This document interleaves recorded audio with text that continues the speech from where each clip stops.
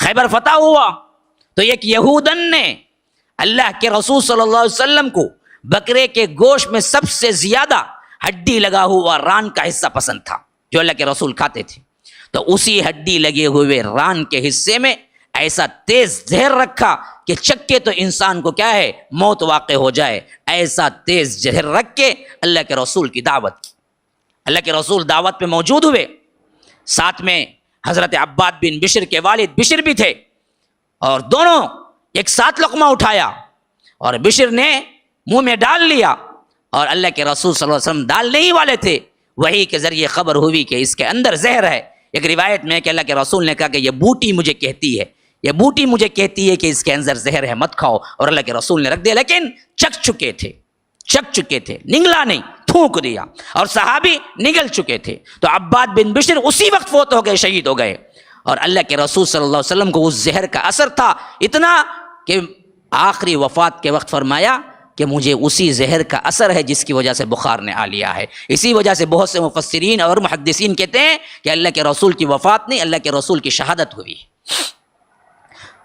تو یہ مارنے کی دوسری پلاننگ تھی جو سکسس نہیں ہوئی۔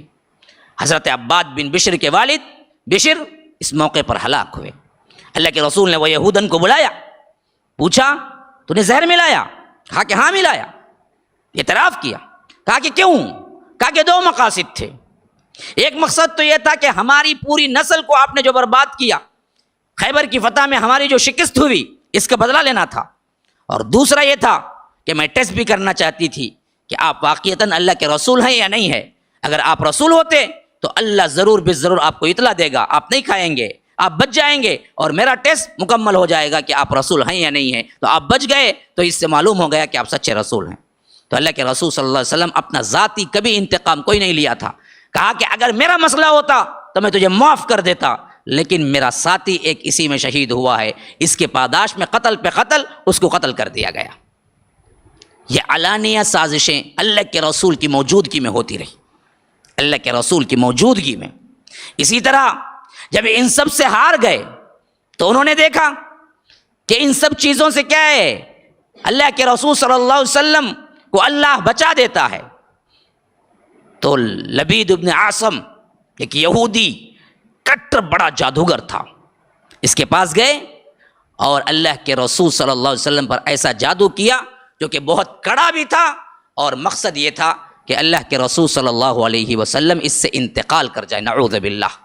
اس نے اللہ کے رسول کے بال منگوائے اور ان بالوں میں جادو کیا، اور ایک کنواں تھا، اس کنویں کے اندر گاڑ دیا اور اس کے اندر سوئیاں چبا دی، اور اللہ کے رسول کو یوں محسوس ہوتا تھا کوئی اللہ کے رسول صلی اللہ علیہ وسلم کے جسم کو ٹائٹ باندھ دیا ہے، اور اس کا اثر اللہ کے رسول کو بے چینی کے طور پہ ہوتا تھا، یہاں تک کہ اللہ تبارک و تعالی نے دو فرشتوں کو بھیج کر بتلایا کہ ایک آ کے سرانے بیٹھا، ایک آ کے پاؤں کی طرف بیٹھا، ایک جبرائیل تھے، ایک میکائیل تھے، خواب میں ہو رہا تھا، بخاری کی روایت کے اندر موجود ہے۔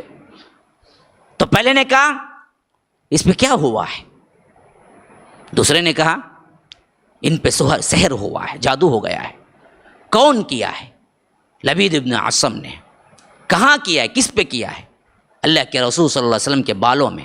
کہاں دفنایا ہے؟ فلاں کنویں کے نیچے۔ کیسے ہوگا اس کا توڑ؟ اس کو نکال کے اللہ کے رسول صلی اللہ علیہ وسلم معوذتین پڑھیں، قل اعوذ برب الفلق قل اعوذ برب الناس، تو اللہ تبارک و تعالی اس سے چھٹکارا دے دے گا۔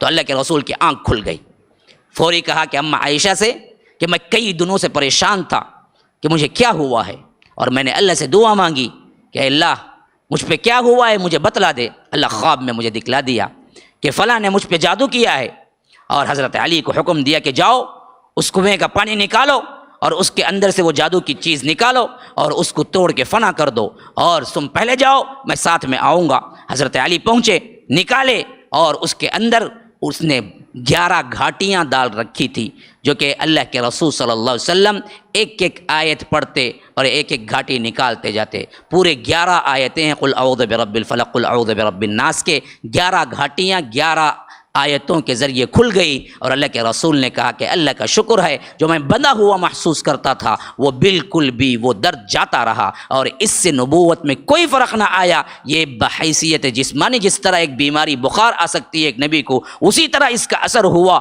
اور اللہ کے رسول صلی اللہ علیہ وسلم نے کہا میں اس کو بڑھاوا دینا نہیں چاہتا کہ لوگ اس پر گفتگو کریں، یہیں بات چھوڑ دو، اور لبید ابن عاصم سے کوئی بدلہ نہیں لیا۔